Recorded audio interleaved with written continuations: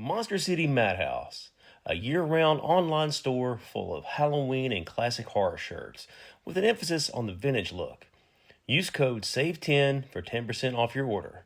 MonsterCityMadhouse.com. Free shipping and financing's available.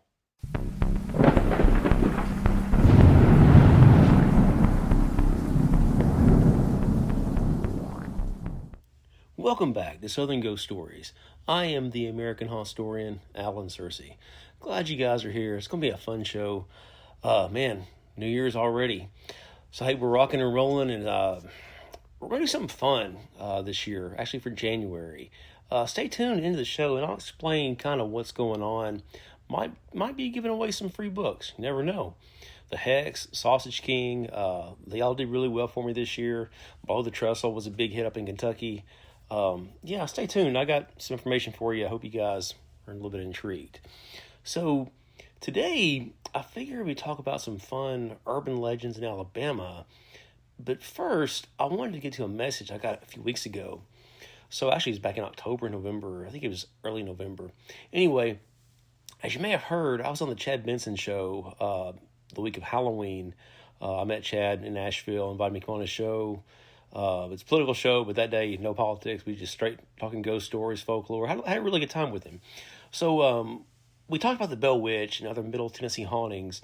But one thing we talked about was the Westmoreland White thing. Mandy Garrison sent me a message asking about it.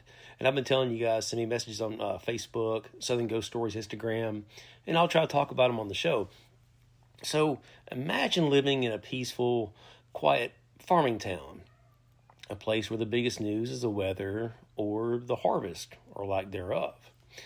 Now, imagine a circus train crashes on the outskirts of town and something escapes. Not a lion, not an elephant, something much worse. We're going to Westmoreland, Tennessee. It's in Sumner County, a little bit north of Nashville, and the year is 1940. And this is the legend of the Westmoreland White Thing. It started with a derailment.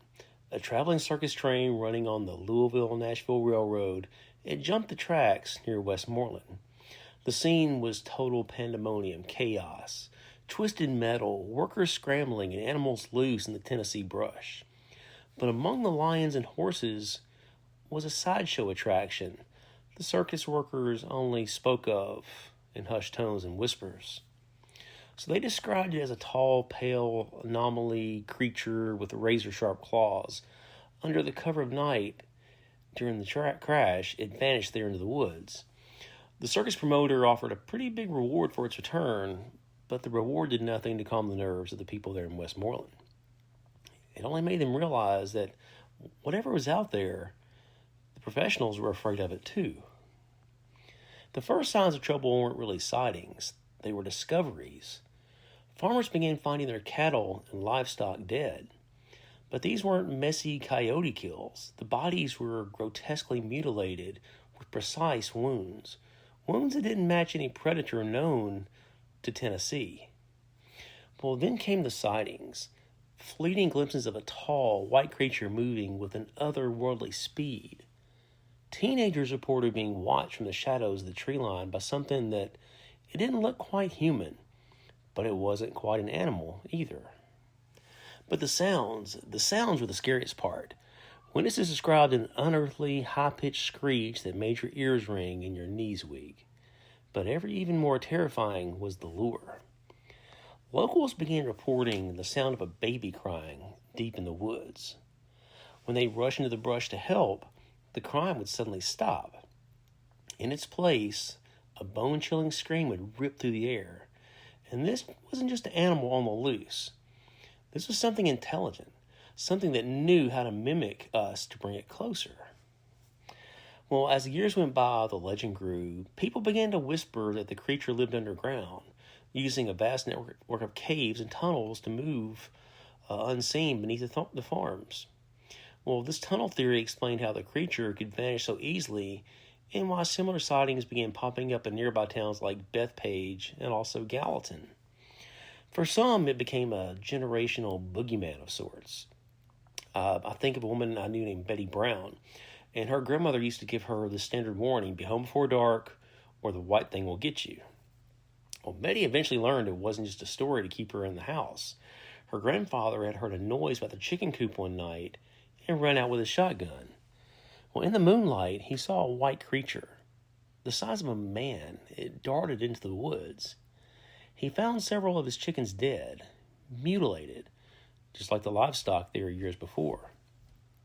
Now, if you're a skeptic, you'll say it was coyotes or maybe even a mountain lion. You'll say the circus crash, it wasn't real, or it's something about the community, or it's a boogeyman, something to keep the kids inside at night. But if you're a believer, look at the consistency. You look at the precise wounds that no coyote can make. And you have to account for that crying baby in the woods. So today the sightings have dwindled, but the story persists. It's passed down at campfires and family gatherings around Sumner County. And Westmoreland, the white thing, it's more than folklore. It's a shadow at the edge of the woods. And it leaves you with one final chilling thought. What's scarier?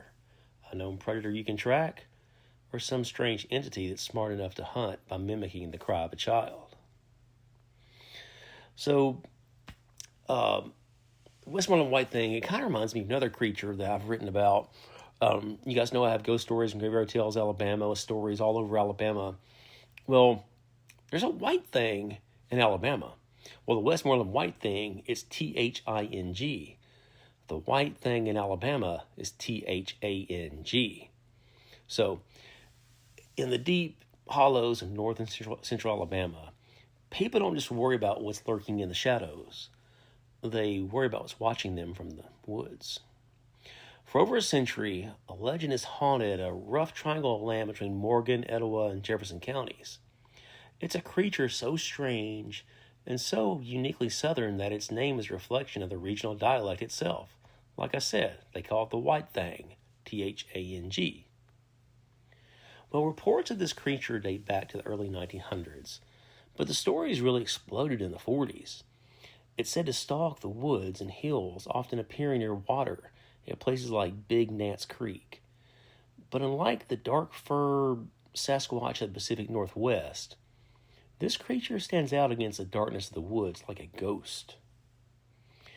Witnesses describe a massive, imposing presence standing anywhere from 7 to 9 feet tall.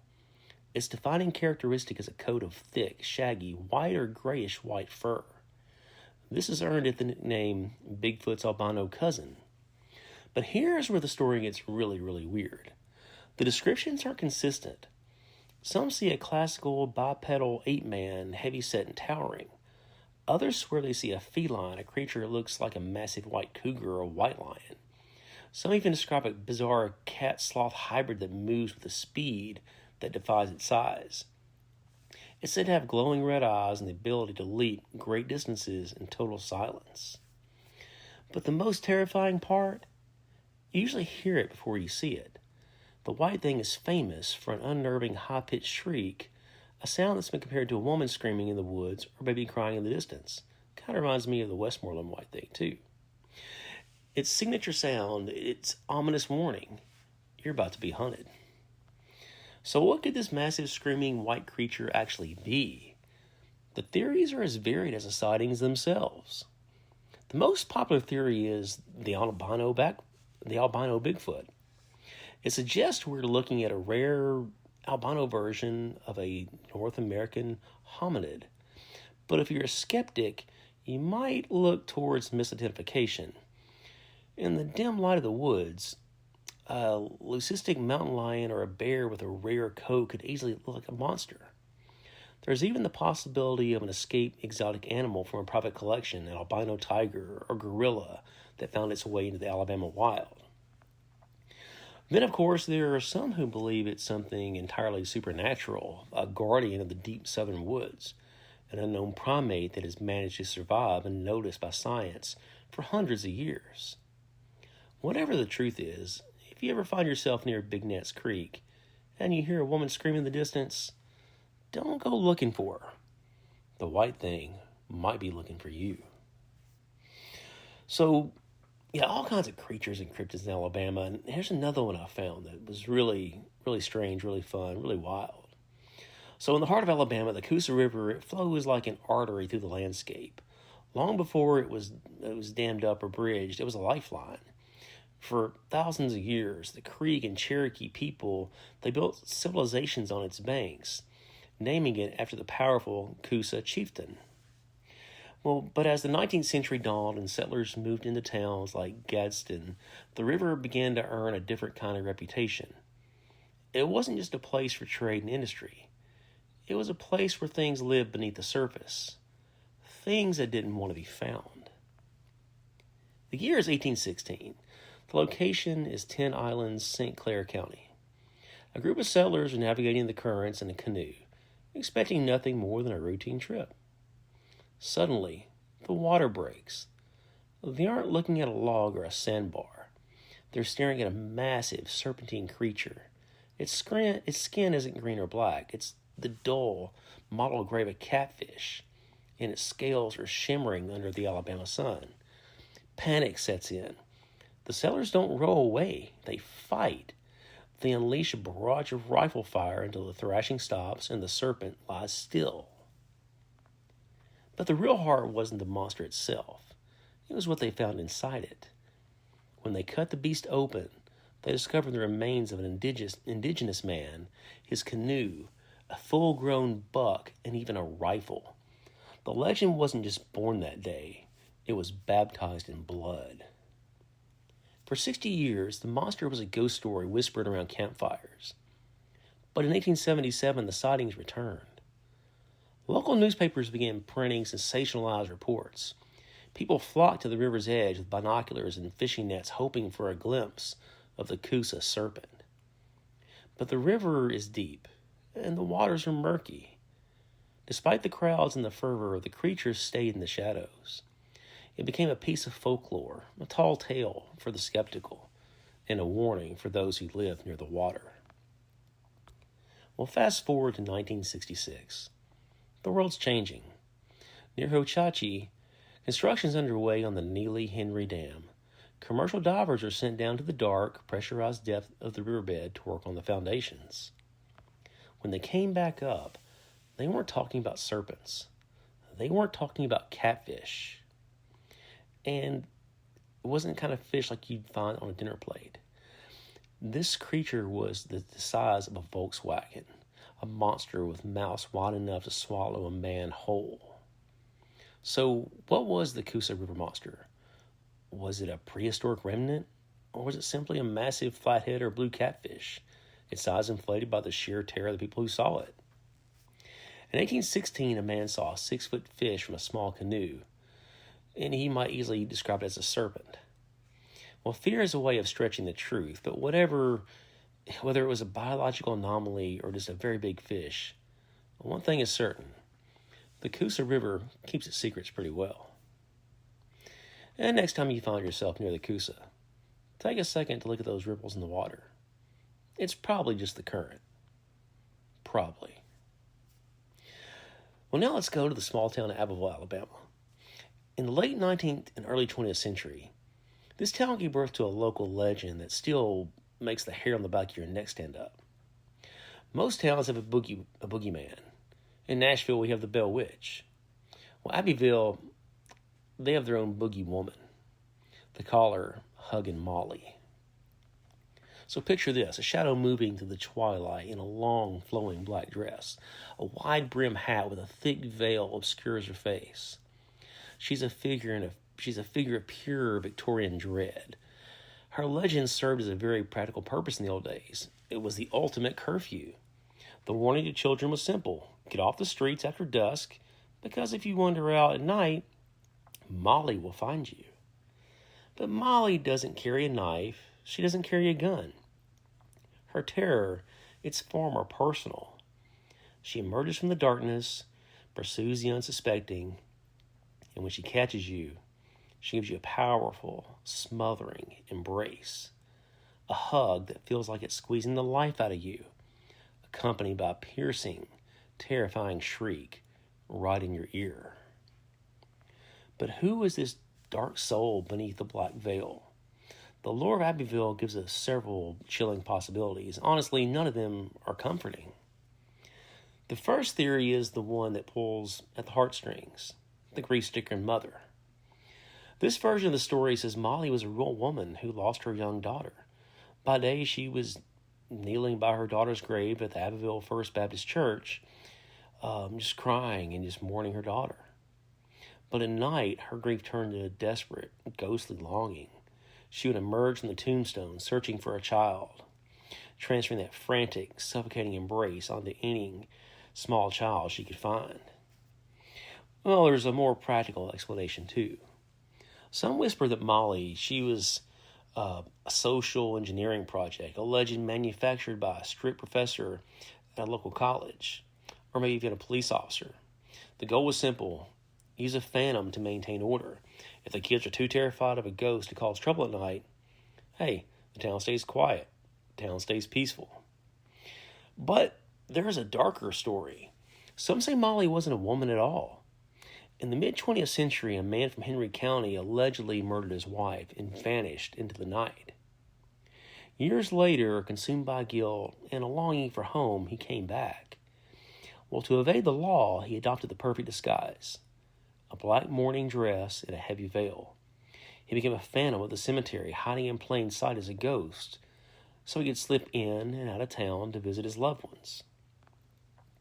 Regardless of her true origin, one crazy encounter in 1973 turned Huggin Molly from a bedtime story into tangible terror. It was a quiet summer night when a teenager walking down Elm Street, he realized he wasn't alone. A dark, looming figure was right behind him. Well, he didn't stick around to see the face behind the veil. He ran. He ran with everything he had.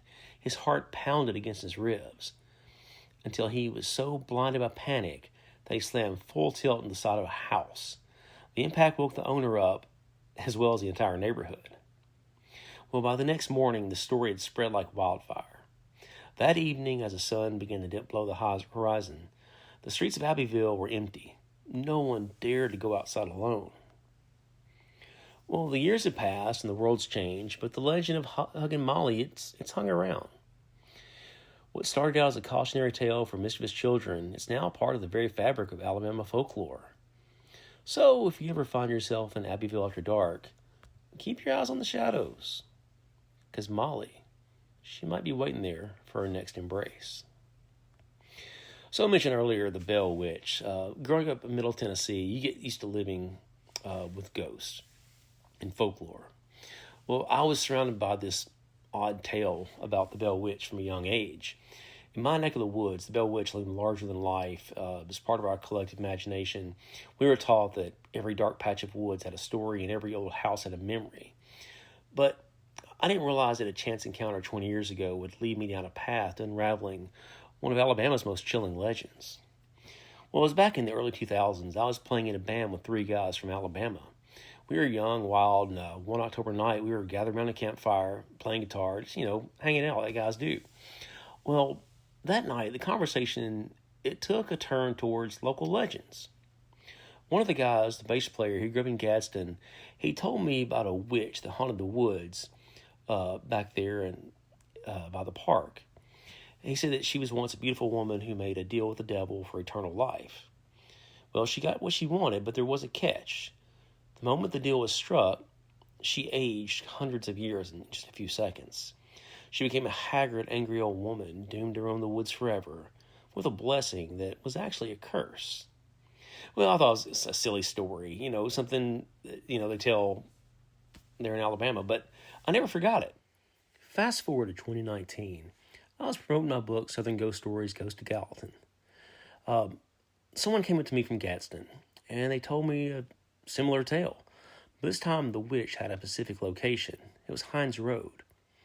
Well, in 2023, I was in Chattanooga promoting Southern Ghost Stories Chattanooga. A young woman who grew up in Gadsden, she told me there was an evil witch that lived on Hinds Road. So 3 encounters, 3 different people, they all kind of had the same story. I decided to kind of dig in on it. So November 2023, I decided to go see for myself. People warned me. They told me my car would stall. They said electronics would fail in the middle of the woods. As it turns out, in Hinds Road, the darkness, it's pitch black. No street lights out there. The road winds through a shadowy landscape, and every curve feels like a potential hiding place or something to jump out at you. My car didn't stop, and no witch revealed herself in my headlights that night. But I can tell you, Hinds Road, it's definitely eerie. Once the sun goes down, that place belongs to legend. So, you can read about that and more Alabama lore in my book, Ghost Stories and Graveyard Tales, Alabama. Lots of wild stories. There's even a Frankenstein story in there from Huntsville. I bet you guys didn't know they're trying to revive dead bodies down there in Huntsville. So hit that subscribe or follow button on Apple Podcasts, Spotify, or wherever you're listening right now. Make sure you never miss a new drop. We're here every Tuesday and Friday. And if you got 30 seconds, drop a quick 5-star rating and review on Apple Podcasts or Spotify. Doesn't have to be fancy or elaborate. Just something like, hey, love the creepy ghost stories. Hey, that's great. Works wonders for the show. Those reviews are pretty rocket full for getting the show in front of new listeners. And to say thank you this month, I'm going to give away 5 of my books to random listeners who subscribe and leave a review this month. You get to pick the book. It can be Hexed, Below the Trestle, it could be Southern Ghost Stories New Orleans, maybe even Savannah. Hey, you get to pick. You have to be following Southern Ghost Stories on Facebook or Instagram too. That's where you guys send your screenshot to let me see your review so I can put you in the hat for the drawing. I'm going to pick out 5 reviews to win books on the February 3rd episode. So thanks guys for tuning in, and hey, start leaving some reviews, and I'll see you guys here in a couple days. Check out the exclusive shirts from Monster City Madhouse, Gravestone, Rocktober, and Val Halloween. All that and much more at MonsterCityMadhouse.com.